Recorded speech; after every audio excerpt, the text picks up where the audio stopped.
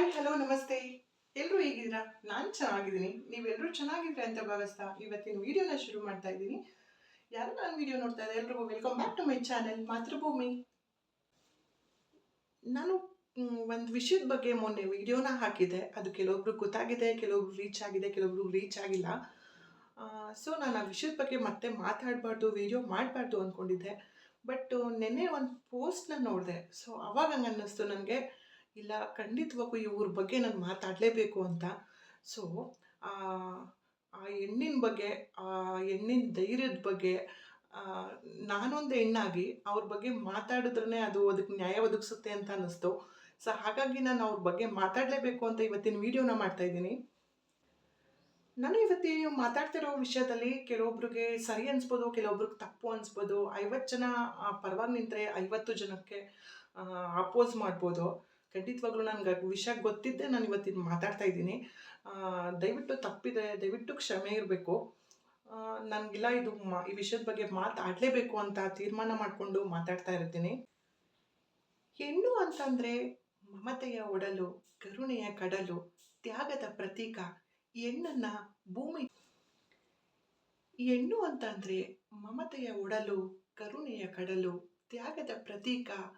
ಭೂಮಿ ತೂಕದ ಹೆಣ್ಣು, ಕ್ಷಮೆಯ ಧರಿತ್ರಿ ಹೆಣ್ಣು ಅಂತ ಕರೀತಾರೆ. ಸೊ ಸಹಾನುಭೂತಿ ಇರೋ ಹೆಣ್ಣು ಅಂತ ಕರೀತಾರೆ. ತಾಳ್ಮೆಗೆ ಪ್ರತೀಕ ಅಂತಲೇ ಹೆಣ್ಣು ಅಂತಾರೆ. ಯಾಕಂದರೆ ಈ ಭೂಮಿ ತಾಯಿ ಏನೆಲ್ಲ ಕಷ್ಟಗಳು ತನ್ನಲ್ಲಿ ಹಾಕ್ಕೊಂಡು ಬೇರೆಯವ್ರಿಗೆ ಒಳ್ಳೇದನ್ನೇ ಬಯಸ್ತಾರೋ, ಸೊ ಆ ಭೂಮಿ ತಾಯಿಗೆ ಹೋಲಿಕೆ ಮಾಡಿದ್ದಾರೆ ಹೆಣ್ಣನ್ನ. ಏಕೆಂದರೆ ಹೆಣ್ಣು ಕೆಲವೊಂದು ವಿಷಯದಲ್ಲಿ ತುಂಬಾ ಸಹಿಸ್ಕೊಂಡಿರ್ತಾಳೆ, ತುಂಬ ತಾಳ್ಮೆಯಿಂದ ಇರ್ತಾಳೆ, ಕೆಲವೊಂದನ್ನ ತ್ಯಾಗ ಮಾಡಿರ್ತಾಳೆ.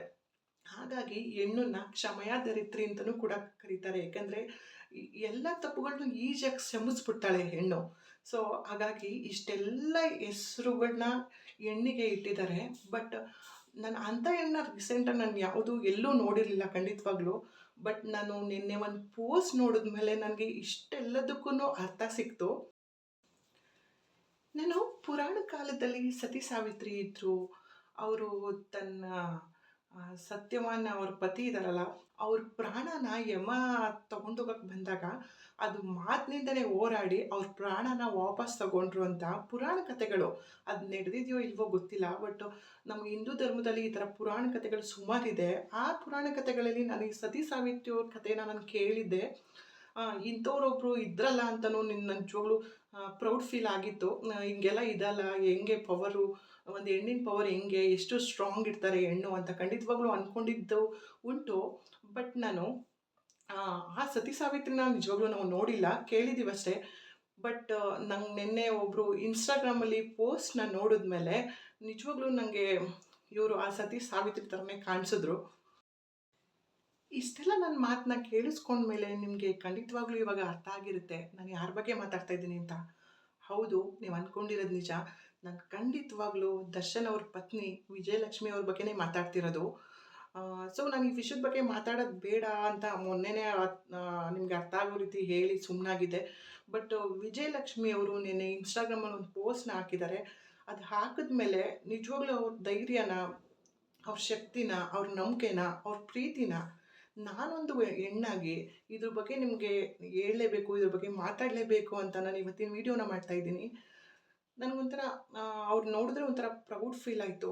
ಆ ಸಹನೆ, ಆ ಕ್ಷಮೆಯ ಧರಿತ್ರಿ, ಆ ತಾಳ್ಮೆ, ಆ ಒಂದು ಪ್ರೀತಿ, ಆ ನಂಬಿಕೆಗೆ ನಿಜವಾಗ್ಲೂ ಅದೆಲ್ಲಕ್ಕೆಲ್ಲ ಅರ್ಥಪೂರ್ಣವಾಗಿ ಅನಿಸಿದ್ರು ನನಗೆ ವಿಜಯಲಕ್ಷ್ಮಿಯವರು. ಆಗಿನ ಕಾಲದಲ್ಲಿ ಸತಿ ಸಾವಿತ್ರಿ ಅವರಿದ್ದರು ಹಂಗೆಲ್ಲ ನಂಬಿದ್ರೆ ಓಕೆ, ಹೌದಪ್ಪ ಇದ್ದರೂ ಇರ್ಬೋದೇನೋ, ಓಕೆ. ಬಟ್ ಈಗಿನ ಕಾಲದಲ್ಲಿ ಇಂಥ ಹೆಣ್ಣಿದ್ದಾರೆ ಅಂತ ಅಂದರೆ ನಿಜವಾಗ್ಲೂ ಎಲ್ಲರಿಗೂ ಅವರು ಆದರ್ಶ ಹೆಣ್ಣು ಅಂತಲೇ ಹೇಳ್ಬೋದು. ಯಾಕಂತಂದರೆ ಈಗಿನ ಕಾಲದಲ್ಲಿ ಹಿಂಗೆ ಚಿಟಿಕೆ ಹೊಡೆಯೋಷ್ಟು ಪ್ರೀತಿ ಆಗುತ್ತೆ, ಹಿಂಗೆ ಚಿಟಿಕೆ ಹೊಡೆಯೋ ಡಿವೋರ್ಸ್ ಆಗಿಬಿಡತ್ತೆ. ಹೌದು, ಪ್ರೀತಿ ಹಿಂಗೆ ಈಸಿಯಾಗಿ ಆಗಿಬಿಡುತ್ತೆ. ಬಟ್ ಆ ಪ್ರೀತಿಲಿ ನಂಬಿಕೆ ಅನ್ನೋದಿರಲ್ಲ. ಎಷ್ಟೊಂದು ಪ್ರೀತಿಗಳು ನಂಬಿಕೆ ಇಲ್ದಲೇ ಇರೋವು ಡಿವೋರ್ಸ್ಗಳಾಗಿ ಅಥವಾ ಪ್ರೀತಿಲೇ ಅಲ್ಲೇ ಡ್ರಾಪ್ ಆಗಿ ಎಲ್ಲ ಹೋಗಿರೋದು ಉಂಟು. ಸಣ್ಣ ಪುಟ್ಟ ವಿಚಾರಗಳಿಗೆ ಮನಸ್ತಾಪ ಹಾಕ್ಕೊಂಡು ಅಷ್ಟು ಸಣ್ಣ ಪುಟ್ಟ ವಿಚಾರಗಳನ್ನೇ ಅಡ್ಜಸ್ಟ್ ಮಾಡ್ಕೊಂಡು ಹೋಗೋಕ್ಕಾಗದೆ ಡಿವೋರ್ಸ್ಗಳು, ಸಾವಿರಾರು ಡಿವೋರ್ಸ್ಗಳು ಆಗ್ದಿರೋ ಈ ಕಾಲದಲ್ಲಿ ಎಲ್ಲ ವಿಷಯ ಗೊತ್ತಿದ್ರೂ ಸೋಷಿಯಲ್ ಮೀಡಿಯಾಲಿ ತಾನು ನೀನು ಅಂತ ಪೈಪೋಟಿಗೆ ಬಿದ್ದು ಎಲ್ಲ ಕಣ್ಮುಂದೆ ಇದ್ರೂ, ಎಲ್ಲ ಪ್ರೂಫ್ ಇದ್ರೂ ಎಲ್ಲನೂ ಕ್ಷಮಿಸಿ ಆ ಕ್ಷಮೆಯಾದರಿದ್ರಿಗೆ ಹೆಸರಾಗಿದ್ದಾರಲ್ಲ ಈ ವಿಜಯಲಕ್ಷ್ಮಿ ಅವ್ರಿಗೆ ನಿಜವಾಗ್ಲೂ ಹ್ಯಾಟ್ಸ್ ಆಫ್ ಅಂತಲೇ ಹೇಳ್ಬೋದು.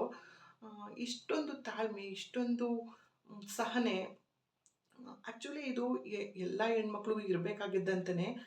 ತಪ್ಪು ಮಾಡ್ದಲೇ ಇರೋರು ಯಾರೂ ಇಲ್ಲ. ಆ ತಪ್ಪು ಮಾಡಿದಾಗ ಕ್ಷಮಿಸಿ ಅವ್ರನ್ನ ಸರಿ ಮಾಡಿಕೊಂಡು ಜೊತೇಲಿ ಕರ್ಕೊಂಡು ಹೋಗೋದಿದೆಯಲ್ಲ ಅದು ತುಂಬಾ ಇಂಪಾರ್ಟೆಂಟು.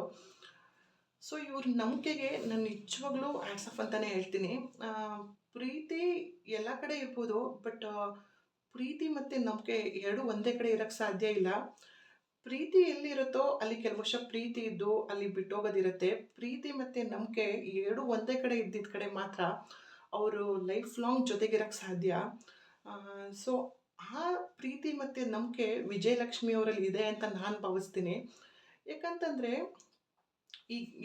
ಈಗಿನ ಕಾಲದ್ದು ಹೆಣ್ಮಕ್ಳಾಗಿ ನಾನು ಯೋಚನೆ ಮಾಡ್ತಾ ಇರೋ ಪ್ರಕಾರ ಇಷ್ಟೊಂದೆಲ್ಲ ವಿಷಯಗಳು, ಇಷ್ಟೊಂದೆಲ್ಲ ಕಣ್ಮುಂದೆ ಅವ್ರ ಜೊತೆ ಬೇಡ ಹೋಗಬಾರ್ದು ಅಂತ ಹೇಳಿದ್ರು ಕೂಡ ಅವ್ರ ಜೊತೆ ಹೋಗಿ ಇಷ್ಟೆಲ್ಲ ಕಷ್ಟ ಅನುಭವಿಸ್ತಿರ್ಬೇಕಾದ್ರೆ ಈಗಲೂ ಕೂಡ ಅವ್ರಿಗೆ ಸಪೋರ್ಟ್ ಮಾಡ್ತಿದ್ದಾರೆ, ಅವ್ರ ಜೊತೆ ನಿಂತಿದ್ದಾರೆ, ಅವ್ರ ಬೆನ್ನೆಲುಬಾಗಿದ್ದಾರೆ ಅಂತಂದರೆ ಇವ್ರನ್ನ ಆದರ್ಶ ಹೆಣ್ಣು ಅಂತಲ್ದಂತ ಇನ್ನೇನಂತ ಹೇಳ್ಬೋದು, ಕ್ಷಮೆಯ ಧರಿತ್ರಿ ಅಂತ ಅನ್ಬೋದು. ಸಹನೆಗೆ ಇನ್ನೊಂದು ಹೆಸರೇ, ನಂಬಿಕೆಗೆ ಇನ್ನೊಂದು ಹೆಸರೇ ಈ ವಿಜಯಲಕ್ಷ್ಮಿಯವರು ಅಂತ ಹೇಳ್ಬೋದು.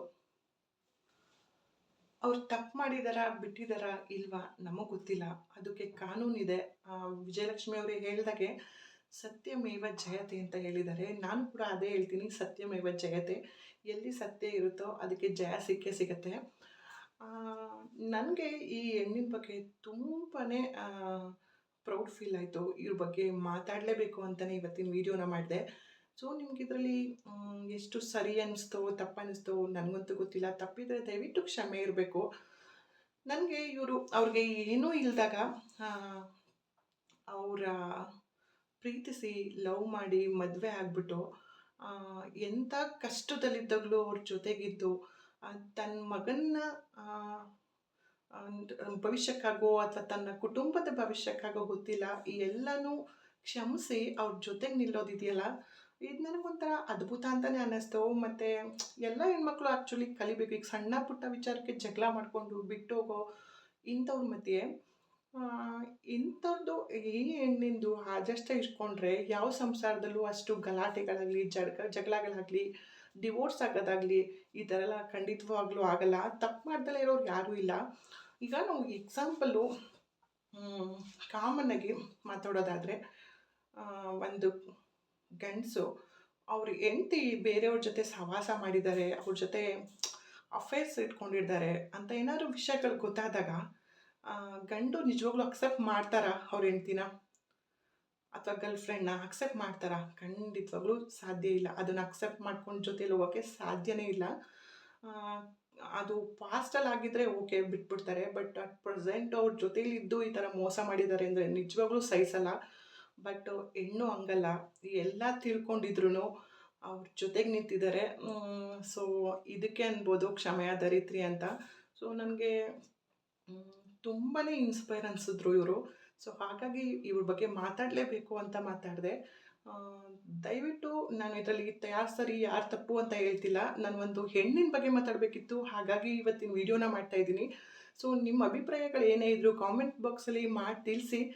ಸೊ ನಾನು ತಪ್ಪಿದರೆ ದಯವಿಟ್ಟು ನಾನು ಸರಿಪಡಿಸ್ಕೊತೀನಿ. ಹಾಗೆ ಯಾರೆಲ್ಲ ನನ್ನ ವೀಡಿಯೋ ನೋಡ್ತಾ ಇದ್ದೀರೋ ಎಲ್ರಿಗೂ ಥ್ಯಾಂಕ್ ಯು ಸೋ ಮಚ್. ಯಾರಾದರೂ ಸಬ್ಸ್ಕ್ರೈಬ್ ಆಗದೆ ನೋಡ್ತಿದ್ರೆ ದಯವಿಟ್ಟು ಸಬ್ಸ್ಕ್ರೈಬ್ ಮಾಡಿ ವೀಡಿಯೋಸ್ ನೋಡಿ. ಹಾಗೆ ಈ ವಿಡಿಯೋ ನಿಮಗೆ ಇಷ್ಟ ಆಗಿದ್ದರೆ ಲೈಕು ಮತ್ತು ಶೇರ್ ಮಾಡಿ.